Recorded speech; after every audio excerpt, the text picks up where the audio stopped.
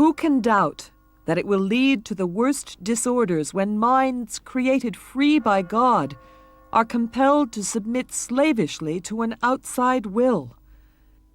When we are told to deny our senses and subject them to the whim of others. In the dark days before his world collapsed and a lifetime's work seemed perilously close to destruction, Galileo Galilei wrote these words as a confirmation of all that he believed in. They were the basis for the driving conviction that brought him imprisonment at the hands of the merciless Holy Office of the Inquisition and to the jaws of torture on trial for his life. He lived on a knife edge. He lived by his passionate beliefs. And it was these beliefs that brought him into conflict with the Church and made him bitter enemies. But with inexhaustible courage, even in old age, he risked his life, risked torture and death for a principle, for the truth. The earth moved in space, he said, and he could prove it. The Church said that it did not. But in the quest for universal truth, Galileo was prepared to take on the devil if need be. Every age throws forward a mind that sets itself apart, a mind that bursts apart the borders of mankind's perception of the world, a mind that is frightening in its visionary breadth, a genius. Galileo, his spirit too great for the limited vision of his age, was one such man.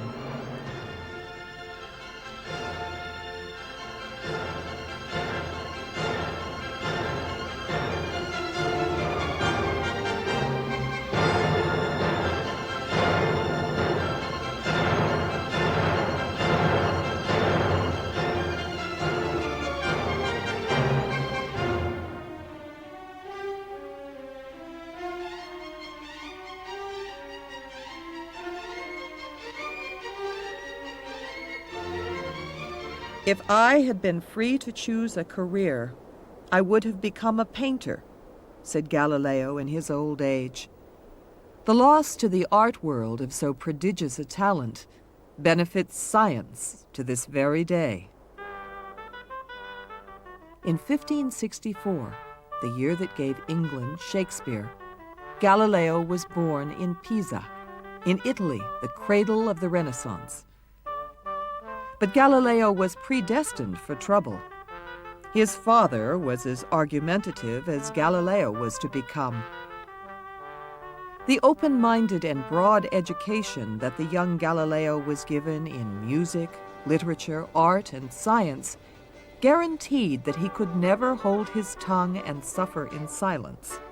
I think one of the significant things about Galileo's youth was the influence of his father, Vincenzo Galilei. Now, the thing about Vincenzo was that he was very important in the musical revolution of the time, and he helped to progress music from medieval polyphony to more modern sort of musical structures. Now, the significance of that for Galileo himself was that his father held very strong views about the negative impact of rigid theory. His view was that dogmatic views about how music should be performed effectively prevented music from developing.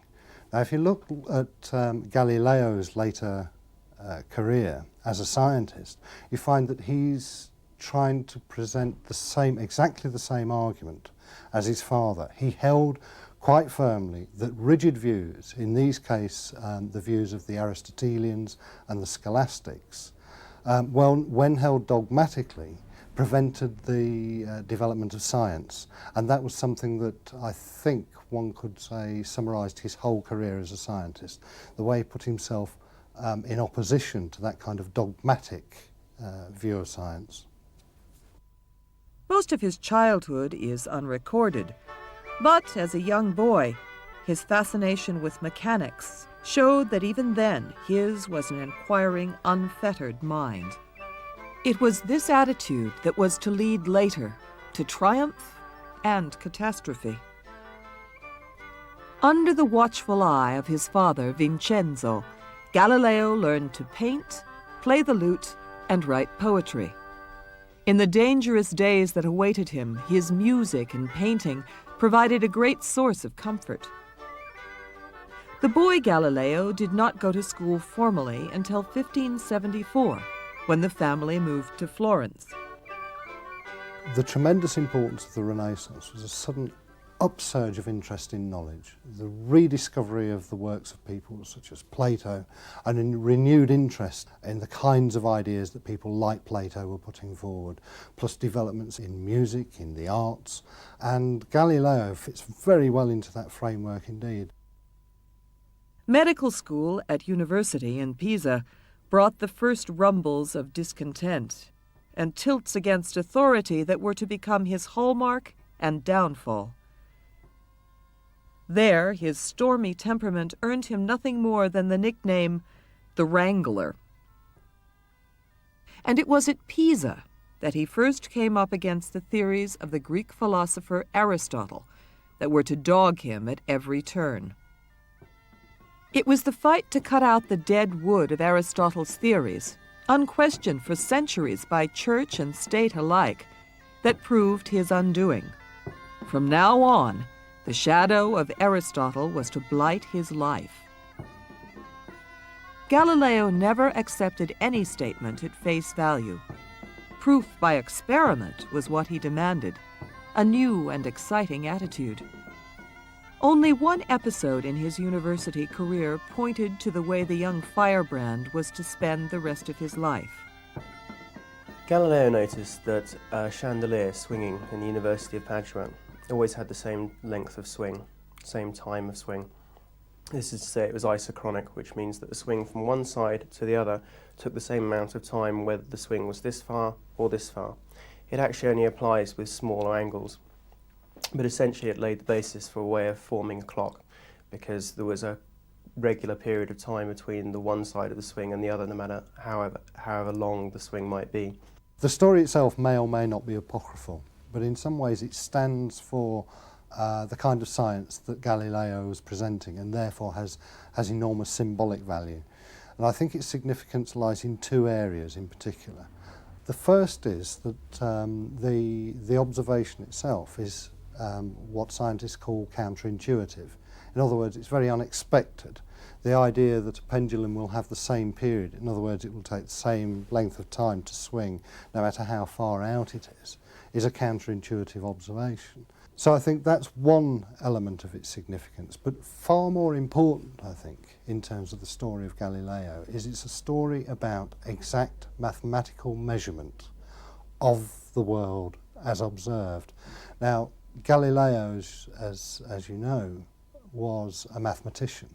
He was passionately dedicated to mathematics, but it wasn't simply an interest in mathematics as a subject in its own right. He believed, and he's quoted as having said publicly, that the language of nature is written in mathematics. So for him, mathematics wasn't simply a tool, and it wasn't simply an intellectual interest. It was the very script by which we would understand nature. So the story of the swinging chandelier is symbolic of his dedication to the idea of exact measurement of natural phenomena, rather than simply sitting back and speculating about it, as he accused the Aristotelians of doing.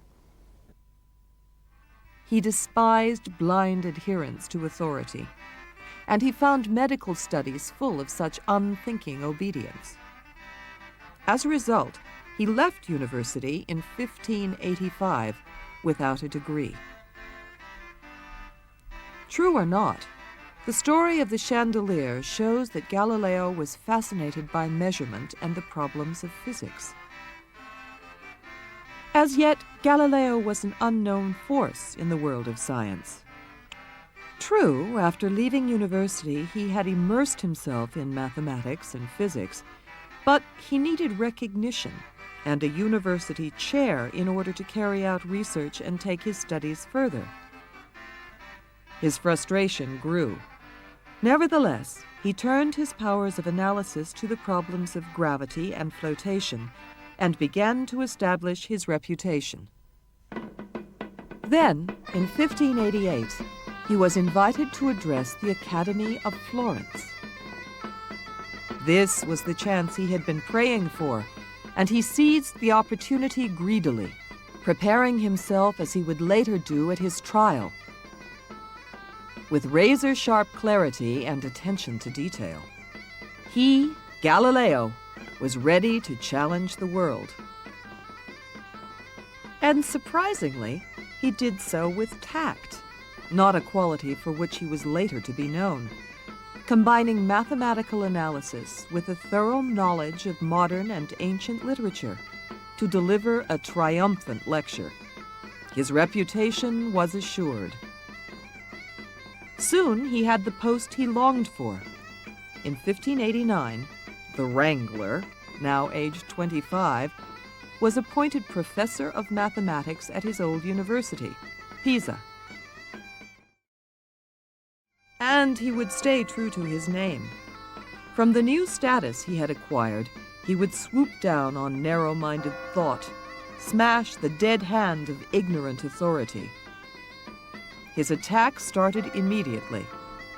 The experiment at the Tower of Pisa possibly never happened. It's been much debated over the years. Aristotle's theory was that bodies fell according to their weight, so the heavier the body, the faster it would fall. Galileo disagreed with this and actually disproved it, but he did this mathematically. The experiment itself may never have actually taken place, but the idea would be that you would drop two equally sized and equally shaped bodies in the same medium, i.e. in this case air, and they would drop at different rates, or at the same rate. If they dropped at the same rate, it would show that Galileo was correct. They did drop at the same rate. Galileo was correct. Galileo's approach to science was innovative and revolutionary. In an age of superstition, he was bound to arouse suspicion. But in using mathematics to solve the problems of physics, and in his geometrical and numerical analysis of the way the world works, he set the pattern for research to the present day. Yet within this approach lay the seeds of his downfall. For in his treatise On Motion, written at this time, he shows himself open to the thought that the Earth rotates on its own axis. From there, it was only a small step to accepting and promoting the view first put forward by the Polish astronomer Nicholas Copernicus, who had died some 45 years before. He had declared that the Earth orbited the Sun and was not the center of the universe. The heliocentric doctrine. Aristotle's view, exactly the opposite, was in line with teachings of the Church. To defy it meant to face a charge of heresy, and to risk the horrible death that this brought in its wake. It was the challenge to this view that brought the house down around Galileo's head. I think it's important to emphasise that Galileo was not arguing against Aristotle per se. Indeed, in one of his later pamphlets, he explicitly says that he believes that Aristotle, had he been alive at the time of Galileo, would have subscribed to the Galilean principles that he was expounding. Both men were committed to the view that in order to understand nature, one had to observe nature very carefully. But what Galileo was arguing against wasn't Aristotle per se, but the Aristotelians of his own day. People who had taken Aristotle's theories and turned them into dogma. People who refused to accept alternative propositions. There is, for instance, a story of one of his colleagues at the university, a professor, who refused to look through Galileo's telescope for fear of what he would see. Because to this man, he knew what the universe was like because Aristotle had told him what it was, and he believed it implicitly and saw no further need to examine it more closely. The city of Padua appeared to offer Galileo all that he could desire. Renowned for its freedoms and independence of thought, it seemed the ideal place for a new beginning and a continuation of his work. Material success and professional reputation grew side by side. Now began a time of intense and fruitful work for Galileo, lecturing, teaching privately, and researching. And amongst his other achievements, I think Galileo can be fairly described as the father of modern mechanics as we currently understand it. Now, the principle of inertia itself is relatively straightforward. Put in formal language, it states that it is the tendency of a body to remain at rest or in uniform motion until an external force is applied. In other words, what this means is, if an object is stationary, it will remain stationary until you apply an external force, say you push it. If it's travelling, it will travel uniformly in a straight line until an external force is applied to it to alter its direction. Say, if you roll a marble down a hill, it'll keep going in a straight line until it meets a bump or a hole, and then it'll change its direction. Now, as far as we know, this principle was first identified by Galileo and then developed by Newton later on in his first law of motion. And still he had energy to develop a workshop for producing scientific instruments, and on top of that, designing large pieces of equipment himself. Despite this feverish activity, or perhaps because of it, Galileo took a mistress, the lovely Marina Gamba, with whom he lived for 10 years and fathered 3 children, 2 girls and a boy. The youngest girl, Maria Celeste, was sensitive and gentle, and during her life in a convent, carried out a long correspondence with her father, one that he valued greatly and which brought him comfort in some of the loneliest and most frightening periods of his life. When Galileo left Padua, he also, amicably, left Marina. But Galileo was not one to take the path of least resistance. If there was no real reason to be restless, he would find one. And he now wanted to return to Florence. Besides, he was tired of the constant round of teaching.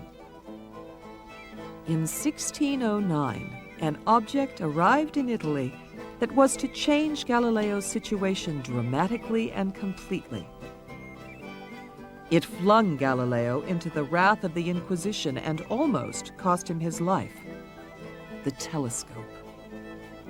Excitement was at fever pitch in Italy, although this first telescope was primitive, no more than an innovative toy.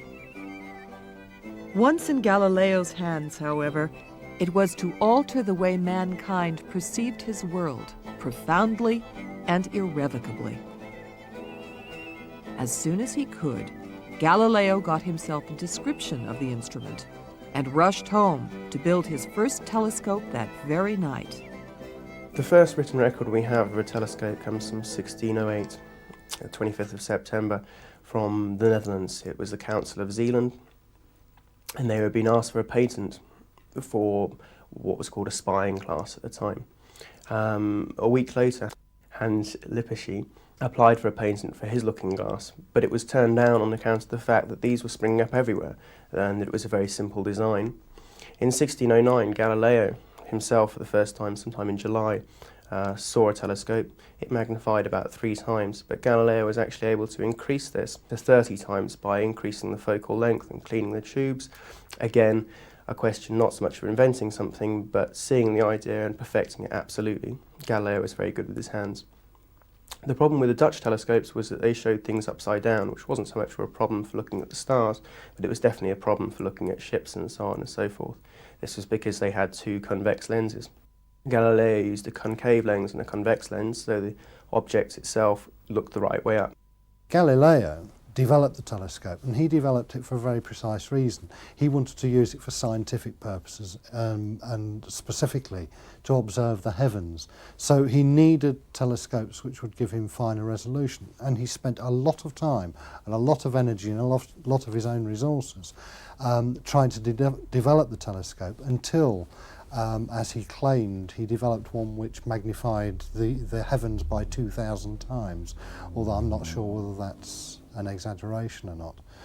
Nevertheless, because he wanted to observe the heavens and had discovered things about the heavens that intrigued him, then he had an impetus to refine the telescope. And I think that it's fair to say that his efforts have helped the telescope to develop into quite a precise instrument. The opportunity for Galileo to make his next step forward was not long in coming. When the Senate was considering whether or not to buy one of these new instruments, Galileo immediately offered to make a better one. To his joy, the Senate agreed to wait and see what he could come up with. Galileo set to work immediately, using the best Venetian glass for the lenses, testing and rejecting time and time again, struggling with the problems of distortion and magnification, until by late August, he had a telescope that he was sure would enhance his reputation. It could magnify 9 times. When he presented it to the Senate, success was instantaneous and resulted in him being awarded the chair of mathematics at Padua University for life, together with a salary of 1,000 florins a year. The popular view of Galileo is dropping balls off the Tower of Pisa. I think the intellectual view of Galileo is as a giant, a man that championed the freedom of inquiry and who championed exact measurement of natural phenomena. This was just the beginning. Galileo turned his whole workshop over to the production of telescopes in the attempt to make the magnification even better. Inevitably, it was only a short time before he succeeded and had a magnification of 30 times. It was this telescope that he turned excitedly towards the heavens. What Galileo saw through his telescope astounded him. The skies opened up their secrets and wonders. With every new discovery, evidence for a moving earth was presented to him. But the sights themselves were breathtaking to the 17th century observer. In his small volume called The Starry Messenger, Galileo wrote, "It is a most beautiful and delightful sight to behold the body of the moon about 30 times larger, and one may know with certainty that it is due to the use of our senses that the moon certainly does not possess a smooth and polished surface. It is rough and uneven, just like the surface of the earth itself, is everywhere full of vast protuberances, deep chasms, lofty mountains, and deep valleys." Aristotle had claimed otherwise. The discoveries flooded in. The Milky Way was found to be a collection of stars. There were stars never seen before, so numerous, said Galileo, as to be almost beyond belief. And then he found that the 4 satellite planets of Jupiter were in fact in orbit around it. Another nail was about to be hammered into the coffin of Aristotelian theory. In Aristotle's universe, there was only one centre of motion. This was the Earth. Everything else either revolved around the Earth, fell to Earth, or was pushed away from Earth. The discovery of the moons around Jupiter showed that there were 2 centres of motion. This was more in keeping with certainly either Tychonic but also Copernican systems of the universe, whereby the moon would revolve around the Earth and the Earth would revolve around the sun. This was 2 centres of motion. If you have 2 centres of motion, there's no reason why you shouldn't have 3. And so the discovery of the moons around Jupiter, although they don't conclusively prove that the Earth went round the sun, almost took away the reason why one should not believe it, that there was only one centre of motion. When Galileo first observed the moons of Jupiter, he was astonished. At first he thought he was observing fixed stars, but when he looked again, he noticed that those fixed stars had moved. And he spent some time looking at their movement and realised that they were rotating around Jupiter. Now, he never got around to observing and recording the rotations of the moons precisely, and he suggested in one of his pamphlets, The Starry Messenger, that other astronomers should do that. But what he did suggest was that there in Jupiter, with its moons orbiting around it, was a small model of the solar system as he conceived it, with in this case the Jupiter taking the part of the Sun and the moons taking the part of the planets, and in particular the Earth. Aristotle was wrong.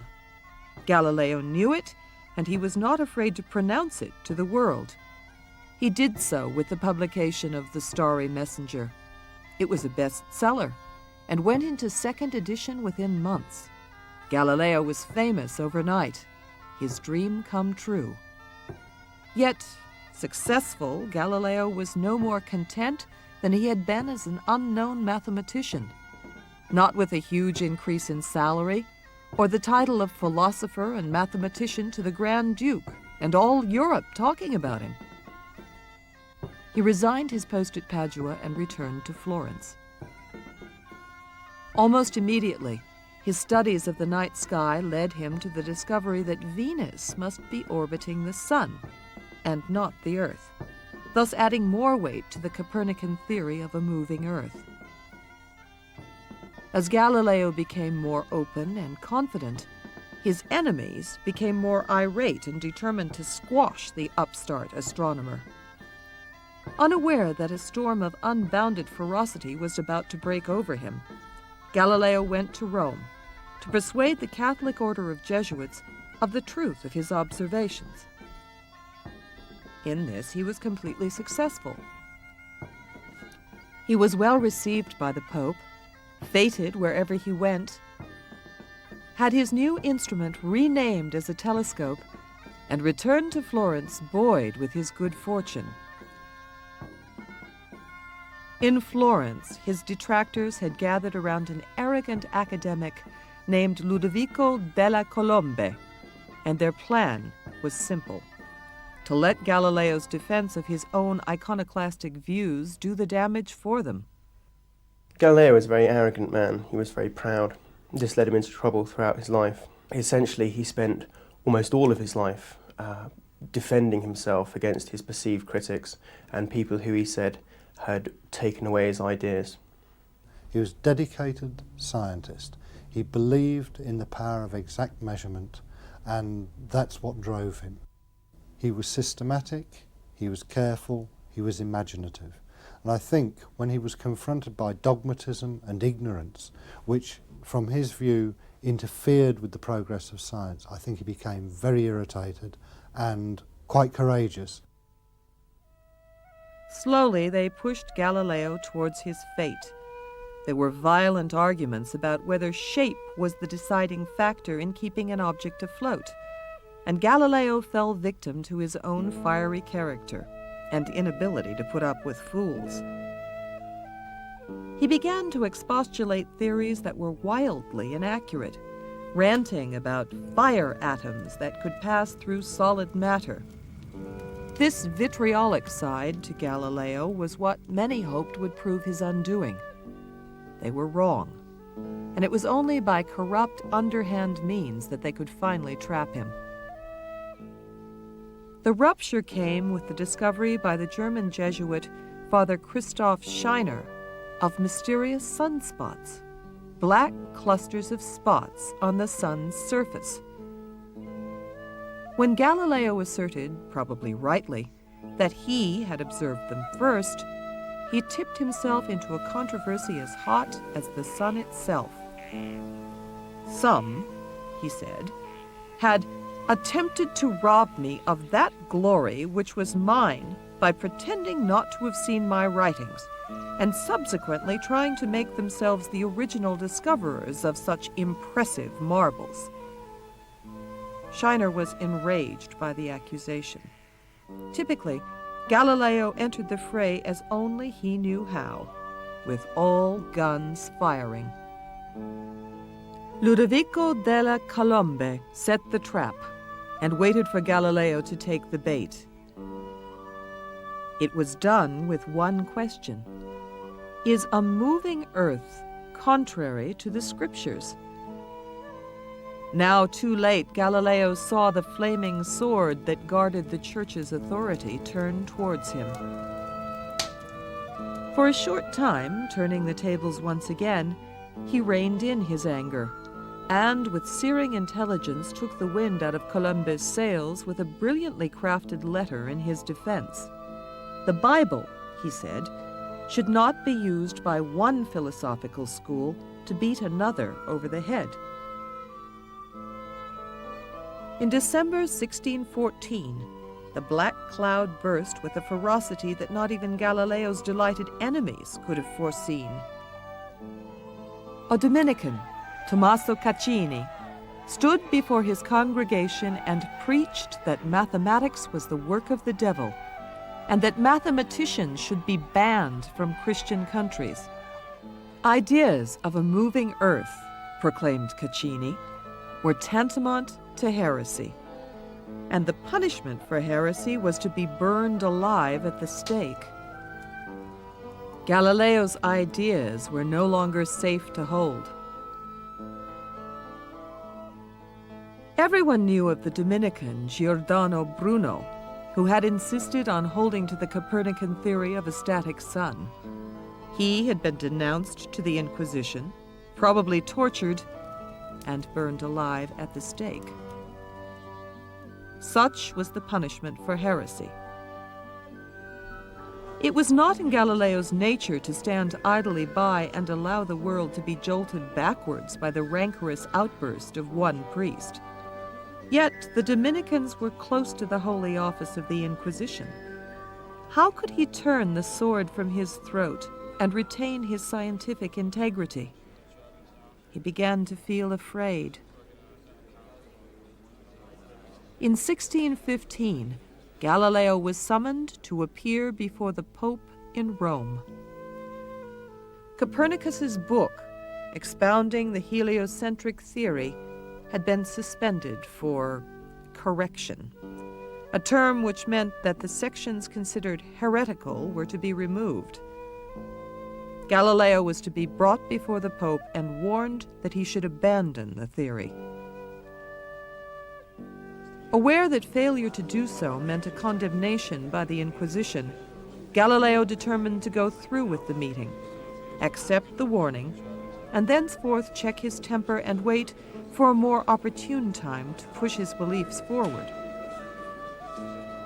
This was not enough for Galileo's enemies, who wanted him not just silenced, but out of action for good. Adversaries in high office did what all corrupt authorities do. Almost fatally for Galileo, they forged the document recording the meeting with the Pope and placed it in the Vatican archives. Later, it was to lead him to within a hair's breadth of the flames. Galileo, the document now recorded, had been commanded to relinquish altogether the said opinion that the sun is the center of the world and immovable, and that the earth moves, nor further to hold, teach, or defend it in any way whatsoever, verbally or in writing. As far as Galileo was concerned, however, the poisoned cup had passed, and he turned to scientific experiments once more. His interest in optics led him to the invention of the microscope, and he was preoccupied with measuring the speed acceleration of falling objects. But the controversy rumbled on. He could not keep his mouth shut when he was challenged. And in his writings, he was unbeatable, a master of prose, satirical, clear, and as sharp as a razor blade. When Galileo's friend Maffeo Barberini became Pope Urban VIII, the future looked full of promise. But how deceived he was in this view, Galileo was soon to find out. In 1632, when Galileo was in his mid-60s, the dialogue of the two great world systems, a three-handed discussion on all the points Galileo wished to champion, was finished. It was an attempt to bring his theory of a moving earth back in triumph, and it was a masterpiece. For Galileo, the existence of tides was the evidence he was looking for to demonstrate that the universe really was Copernican, that the earth moved and the sun was stationary. As it happens, his theory was completely wrong, but nevertheless he believed that he had the evidence that he needed. In essence, Galileo's theory was that as the Earth rotated, it created zones of acceleration and deceleration which affected the oceans and therefore created the tides. Now, he argued by analogy. If you take a bowl of water, for example, and move it backwards and forwards, you get an effect which is entirely like tides. You get the large swells and the water or the liquid moving to one side, then moving to another. Now, by analogy, Galileo claimed that the movement of the Earth was creating similar forces to those in the bowl of water as you move it backwards and forwards, and that this accounted for the tides. Ironically, he rejected what we now consider to be one of the real theories of the tides by rejecting the influence of the moon. And he did that because he was an opponent of astrology, and to him the influence of the moon on the tides, which had been claimed as long ago as the time of Aristotle himself, to Galileo it smacked of astrology and occult forces, which he would have no truck with because that was not in the spirit of observational science for which he was standing. Galileo had miscalculated badly and brought the roof about his own head. Pope Urban was furious at this openly defiant act. The Jesuits, releasing years of resentment, did all that they could to stoke his anger. The book was suspended and underwent an examination. When Galileo received the result, he was, perhaps naively, totally dumbfounded. The dialogue was deemed to be unacceptable to the Church. But worse was to follow. Urban called in the Inquisition. Galileo's situation had become deadly serious. Galileo was in a state of shock when the inquisitor at Florence called at his house with a formal summons. It demanded that he present himself at Rome within 30 days to answer charges that were to be brought against him. Then came the news he had feared. Galileo was to be put on trial for heresy. In Rome, there followed a series of hearings and interrogations that were to test Galileo's beliefs and intelligence to the full. As before, ill as he was, he argued with skill and brilliance to try and outmaneuver his detractors. But this episode was to bring him to his knees. This was no time for satirical prose. He was fighting for his life, for his honor, for the truth. From the archives of the Vatican came the forged document, commanding him not to hold, teach, or defend the Copernican theory in any way. Galileo protested that the document did not portray the facts correctly, but it was a useless effort. The dialogues clearly went against the instruction. There was no way out.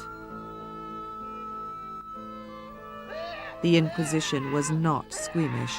They knew how to make people confess. They would keep looking for a weakness, unless he admitted guilt. Friends begged Galileo to plead guilty, swallow pride and vanity, admit to having forgotten about being told to drop the theory of a moving Earth, and stay alive. His life rested in his own hands. How would he decide? There's been a lot of exaggeration about the Inquisition. Now, I personally wouldn't want to defend it as an institution, but when the inquisitors attempted to extract confessions from people, I think that the evidence suggests fairly strongly that their favoured method was simply to tire out the people that they were questioning. They would keep them up, they would deprive them of sleep, they would fire questions at them to break down their resistance. A technique, incidentally, which is used by security forces the world over in the 20th century. So I don't think that the idea of using these horrible instruments of torture is necessarily accurate. And I certainly don't think that they use those kind of methods with Galileo. Because again, we've got to remember that Galileo was the friend of popes and the friend of bishops. There was no chance of arguing his case. Galileo had a clear choice. Was truth worth dying for? Should he endure imprisonment, torture, and being burnt at the stake for his scientific beliefs? Should he sacrifice himself for the principles that he knew to be right? Did he, after all, possess the courage for scientific martyrdom? With the flames dancing in his mind's eye and the screams of other heretics ringing in his memory, Galileo appeared once more before the Commissary General of the Inquisition and his assistants. The proud, arrogant seeker for truth was forced to confess his alleged sin. His humiliation was complete. My error, then, has been, I confess it, one of vainglorious ambition and pure ignorance and inadvertence. And in confirmation of my assertion that I have not held and do not hold as true the opinion which has been condemned of the motion of the earth and the stability of the sun, if there shall be granted to me as I desire the means and time to make a clear demonstration thereof, I am ready to do so. Having confessed, Galileo now hoped for a mild sentence. But his erstwhile friend, the Pope, wanted vengeance. He wanted to destroy Galileo. The sentence was harsh. On his knees he waited, an old and broken man, trembling in fear beneath the long robe. His prison sentence was confirmed, as was the banning of his book. Then came the hardest part of all for the proud genius. I, Galileo, son of the late Vincenzo Galilei, Florentine, aged 70 years, have been pronounced by the Holy Office to be vehemently suspected of heresy, that is to say, of having held and believed that the sun is the center of the world and immovable, and that the earth is not the center and moves. With sincere heart and unfeigned faith, I abjure, curse, and detest the aforesaid errors and heresies. Stupidity, fear, the greatest enemies of truth, had triumphed. The scientific movement in Italy crashed to a standstill. The relief when he was allowed to return to Florence and not imprisoned after all was marred by another bitter blow to the old man. His beloved daughter, Maria Celeste, whose daily correspondence had always comforted him, died in the spring of the following year. Galileo was heartbroken. It seemed he wished for nothing more than to join his daughter in death. But Galileo's fighting spirit could not be crushed. Within a short time, a visitor wrote that Galileo and his friend, a man called Piccolomini, were spreading papers all over the floor with such excitement that one could not weary of admiration. At the age of 69, he published Discourses and Mathematical Demonstrations Concerning Two New Sciences. Far from being broken, he was once again on the attack, with Aristotle as the whipping boy. It was another brilliant work, touching on his favorite topic of motion and acceleration, engineering and the philosophy of science. One phrase, any velocity once imparted to a moving body will be rigidly maintained, remains one of the foundation stones of physics to this day, proving how advanced Galileo was in his thinking. But finally, when his eyesight failed and he became blind, he could no longer continue his experiments. Having lived long enough for the construction of his satellite computer to be concluded, with which he intended to mark the past and future position of the planets, the bright light of his piercing, abrasive genius flickered and was extinguished. Galileo, the scourge of the narrow-minded and ignorant, died in 1642. Galileo's main legacy was as part of the 16th century and 17th century scientific revolution, whereby he was one of the people to join natural philosophy to mathematics and take it out of the sphere of the Aristotelians working in universities and just purely working off a reverence for Aristotle and using knowledge, so to speak, that was 1,000 years old and completely irrelevant to the modern world. And Galileo himself was an empiricist. He could prove things by looking at the real world, and this sets in a whole new era in science, leads up to Newton, and indeed leads to all the scientific discoveries of the present day. The importance of his work, the principles he established in mathematics and mechanics that affect our lives today, is acknowledged now some 440 years later by the American space agency NASA, as the Galileo space probe pushes ever wider the borders of scientific knowledge, just as he did. Although many people have said that Galileo didn't invent anything himself, and this is quite true, and that most of his greatest work was actually just an expansion of other people's work, one couldn't possibly say that he wasn't a genius. The man had a phenomenal talent of self-publicity, could always see the actual practical uses of all the abstract science that he was involved in. Now, whether this was just a product of the Renaissance is a different matter. It has to be said that at another time Galileo wouldn't have been so fortunate with his sponsoring by the Medici family and with the amount of money he got, and that also he wouldn't have been able to make the move from mathematician to natural philosopher. However, one would have to say that really Galileo was a genius beyond his time, and that a lot of the things he invented and a lot of his insights were 60 or 70 years before his time. I think he was a giant thinker. I think he was one of the giants of the intellectual Renaissance, and I think he was a giant of modern science. And although the forces of ignorance have the power to wreak a terrible vengeance on those who dare to stand in their path, Galileo Galilei, an artist, a musician, a philosopher, a mathematician, but above all a pioneer and rebel, dared to stand and face everyone in pursuit of the truth. We owe him a debt that can never be repaid.